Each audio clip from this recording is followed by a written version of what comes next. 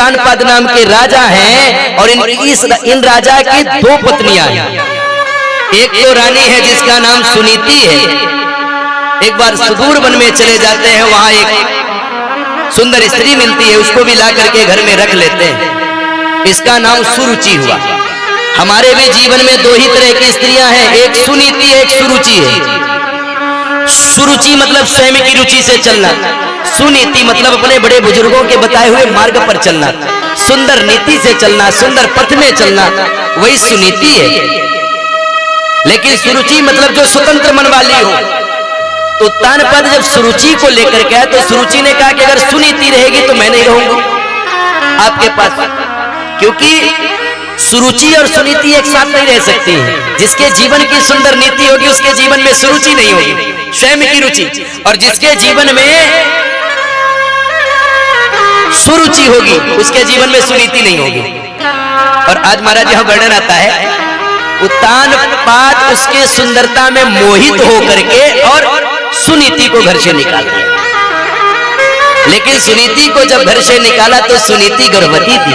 ये सुनीति कौन है आप लोग जानते हैं? ये सुनीति वही है जिनके घर में सुंदर भगवान का भक्त प्रहलाद पल रहा है। और यहाँ वर्णन होता है महाराज, सुनीति ने सुंदर कुटिया बनाया, पर्ण कुटी बना के भगवान का भजन करने लगे। एक बात मैं बताऊं माताएं जितनी भी बैठी है सुने, गर्भ में अगर बालक है, गर्भवती अगर माँ है, गर्भवती माँ जैसे क्रियाकलाप करती है उसी तरह गर्भ में पलने वाले बालक पर वही संस्कार पड़ते हैं। माँ अगर गर्भवती है जैसे क्रियाकलाप करेगी वही असर बच्चे पर पड़ेगा। अरे गर्भ में अभिमन्यु ने सारी विद्या सीख ली थी, युद्ध की।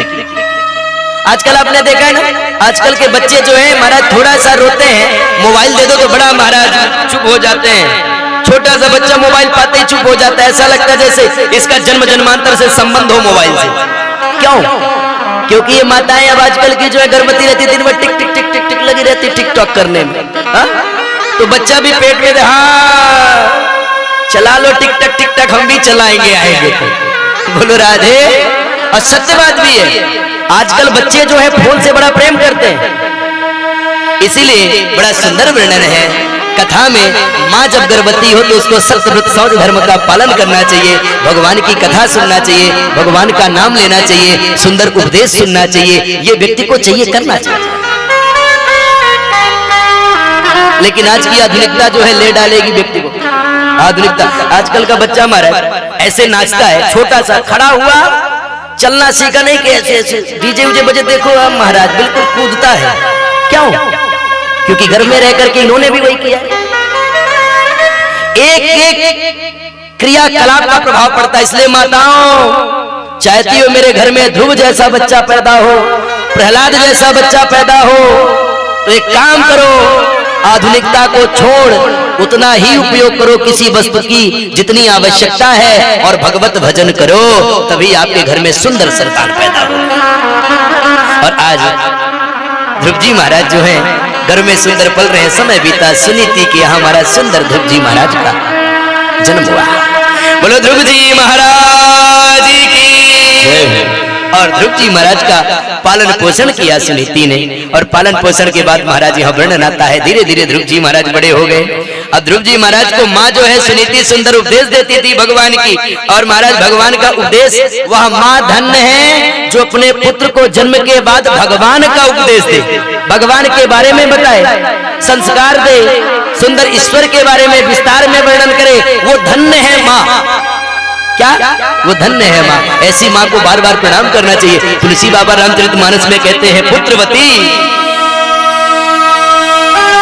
पुत्रवती युवती जब सोई, पुत्रवती युवती जब सोई, पुत्रवती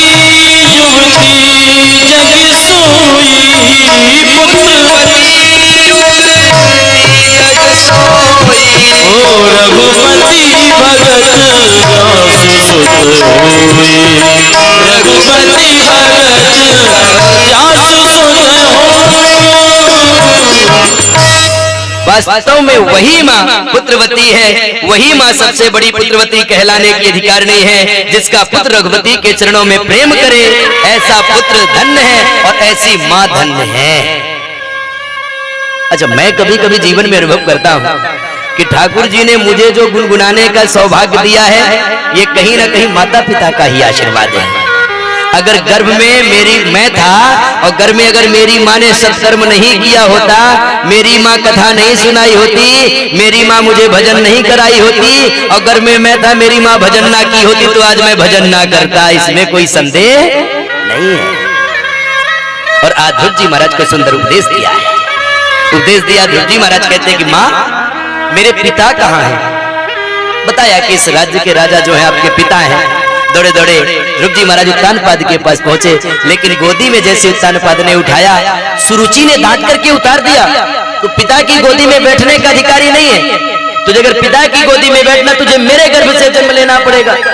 ध्रुव जी महाराज रोते हुए चले आए और बताया कि मेरी सौतेली माँ ने इस तरह से व्यवहार किया। माँ कहती है बेटा संसार के सांसारिक पिता की गोदी में क्या बैठना है, बैठना है तो जगत पिता की गोदी में बैठ, जिसकी गोदी में संपूर्ण संसार बैठा है। उपदेश दिया, ध्रुव जी महाराज वन की ओर चल दिए। धन्य है वाह। और भगवान को ढूंढने के लिए चल पड़े। लेकिन महाराज भगवान को ढूंढने के लिए चले, लेकिन जीवन में भगवत प्राप्ति तभी होती है जब जीवन में गुरु हो। गुरु नहीं तो जीवन में भगवत प्राप्ति नहीं हो सकती। इसलिए जीवन में गुरु अत्यंत आवश्यक है। लेकिन गुरु भी कैसा होना चाहिए? देखिए, अगर हमारा सत्कर्मी गुरु है, अगर हमने दीक्षा लिया है और हमारे गुरुदेव भगवान भजन करते हैं, पूजन करते हैं, दान करते हैं, कथा करते हैं, नाम जप लेते हैं, तो गुरु के आशीर्वाद से ही शिष्य की उत्तरोत्तर प्रगति होती है। शिष्य की जो है प्रगति होती है। और अगर वर्णन आता है कि अगर शिष्य दीक्षा लेने के बाद अगर अधर्म करे तो गुरु को भी इसका दोष लगता है। इसलिए दोनों का कर्तव्य है। गुरु हमारा कैसा होना चाहिए? गुरु हमारा ऐसा होना चाहिए, सत्कर्मी हो, भजनानंदी हो, भगवान का चिंतन करने वाला हो, कथा करने वाला हो, सुंदर उपदेश देने वाला हो और समाज परिवार का कल्याण करने वाला हो, ऐसा गुरु होना चाहिए। गुरु वो है जो हमको अज्ञान रूपी अंधकार से प्रकाश रूपी ज्ञान की ओर ले जाए। हम अज्ञानता में खोए हुए हैं तो हमको प्रकाश रूपी ज्ञान की ओर ले जाए, भगवान से हमारे संबंध जोड़ दे, वही संसार का सबसे श्रेष्ठ गुरु है। लेकिन बिना गुरु के भगवत प्राप्ति नहीं हो सकती। ध्रुव जी महाराज को गुरु कहाँ मिले? तो नारद जी महाराज मिल गए। नारद जी महाराज ने कहा, ध्रुव जी महाराज बेटा कहाँ जा रहे हो? बोले भगवान को प्राप्त करने जा रहे। कहाँ है भगवान? जंगल में। बोले वहां इतने बड़े बड़े हिंसक जानवर रहते हैं, आप वहां जा रहे हो और गुरु भी आपका कोई नहीं है। आप इतने छोटे हो, भूख लगेगी, भोजन कहाँ पाओगे? ध्रुव जी महाराज की परीक्षा ले रहे हैं नारद जी महाराज। लेकिन सत्य बात तो ये है कि नारद जी अगर मिल गए तो भगवान मिलना तय है। शास्त्रों में वर्णन है कि नारद जी जिसको जिसको मिले उसको भगवान अवश्य मिले हैं। और आज ध्रुव जी भी महाराज साधारण है। ध्रुव जी महाराज कहते हैं बाबा, नारद जी ने अपना परिचय दिया, मैं नारद हूं। तो ध्रुव जी महाराज कहते हैं आप नारद नहीं हो सकते, झूठ बोलते हैं। तो नारद जी महाराज कहते हैं वहां जाओगे भूखे मर जाओगे, जंगल में कुछ खाने को नहीं मिलेगा। कहते हैं जब दांत नहीं तब दूध दियो, अब दांत दिए कछु और भी देगो। जब दांत नहीं थे तो माँ का दूध मिला पीने को, अब दांत दिया तो खाने की व्यवस्था तो करने वाला वही है। और बड़े भाव से चल दिए। लेकिन गुरु बनाने की बात आई तो नारद जी ने द्वादक्षर महामंत्र दिया। रामचरितमानस में गुरु शब्द की जो व्याख्या की गई है बड़ा सुंदर कहा गया है। गुरु बिन भावनिधि तरई न कोई,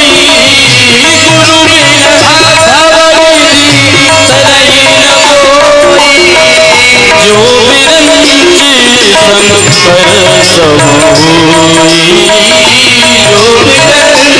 जो बिरंची संकर समूई।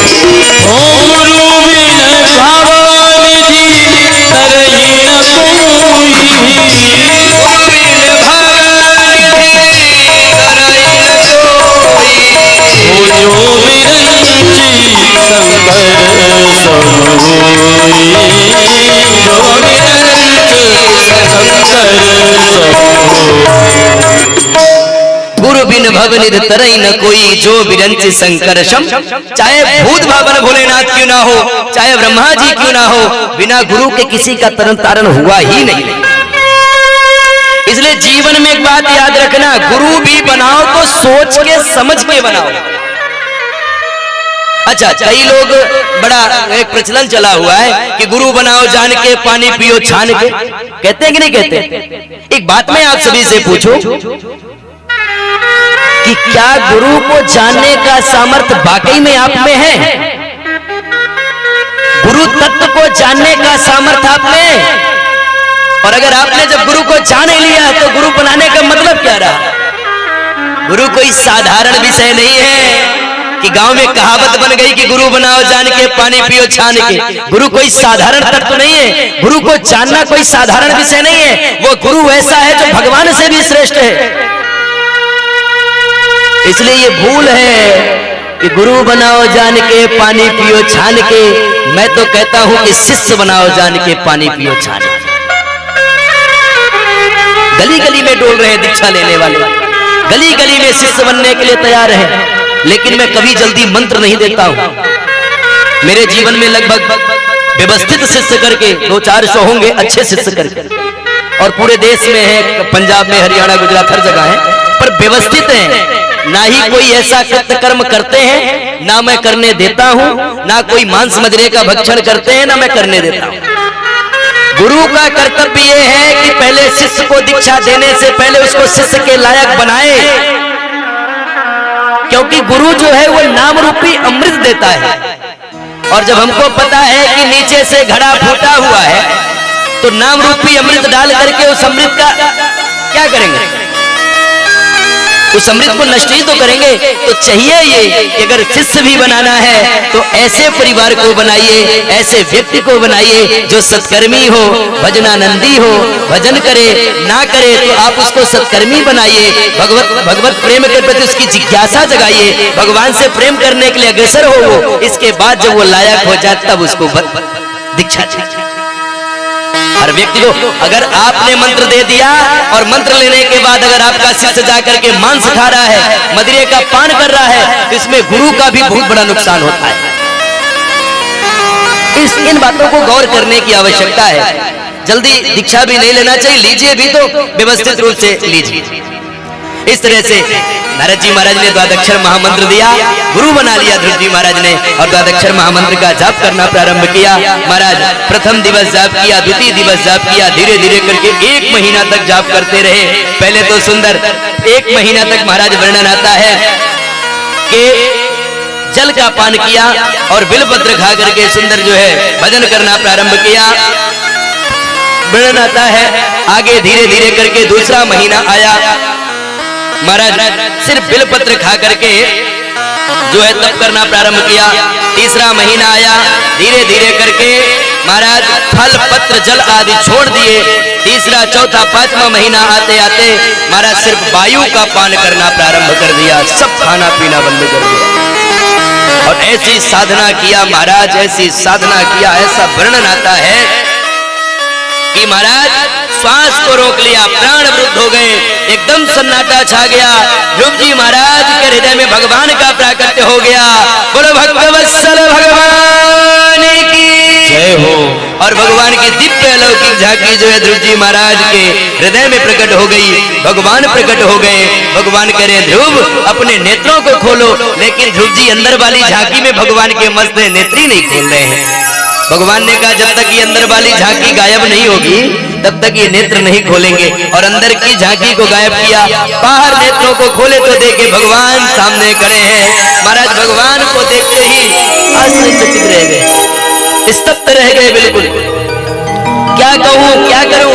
भगवान ने अपना शंख ध्रुव जी महाराज के गालों में, कपोलों में छुआया, और छुआते ही महाराज सुंदर भगवान की स्तुति करना प्रारंभ कर दिए। और सुंदर भगवान की स्तुति किया है और भगवान के दर्शन किया है। और दर्शन करने के बाद महाराज भगवान से वरदान मांगा है, भगवान ने संपूर्ण वरदान दिया है। ध्रुव जी का कहा, ध्रुव जी को कहा जाइए संपूर्ण संसार का कल्याण करिए। और ध्रुव जी महाराज जो है महाराज सुंदर, यहाँ वर्णन आता है कि राज्य में आते हैं और आने के बाद सबसे पहले उसी माँ के पास जाते हैं जिस माँ ने अपमान करके भगाया था। कहते हैं कि अगर ये ना होती तो मैं आज भगवान को प्राप्त नहीं कर पाता। धन्य है माँ। कभी कभी छोटे नुकसान जो हैं बड़े लाभकारी होते हैं। कहते हैं ना जो होता है अच्छे के लिए होता है, जो होता है अच्छे के लिए होता है। कभी कभी छोटे या बड़े नुकसान भी अपने लिए बड़े लाभप्रद होते हैं। इसलिए कभी नुकसान भी हो जाए तो भगवान के ऊपर, हे प्रभु हमारे पैर में अगर ठेस लग जाए तो ये मानना चाहिए कि हे प्रभु मेरा पैर टूटने वाला था लेकिन आपने बचा लिया, ऐसा भाव होना चाहिए।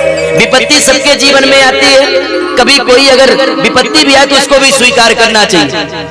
ऐसा भाव हमारे हृदय में हरदम होना चाहिए। और आज ध्रुव जी महाराज जब पहुंचे हैं, उत्तानपाद ने सम्मान किया, स्वागत किया है पिता ने, और यहाँ सुरुचि ने स्वागत किया है, गोदी में उठा लिया है। और आज सुंदर अपने उत्तानपाद के एक बालक और सुरुचि से हुए उत्तम ने एक बार जाकर के यक्षों की बगीचा को उजाड़ दिया, यक्षों ने उत्तम को मार दिया, ध्रुव जी ने यक्षों को मार दिया।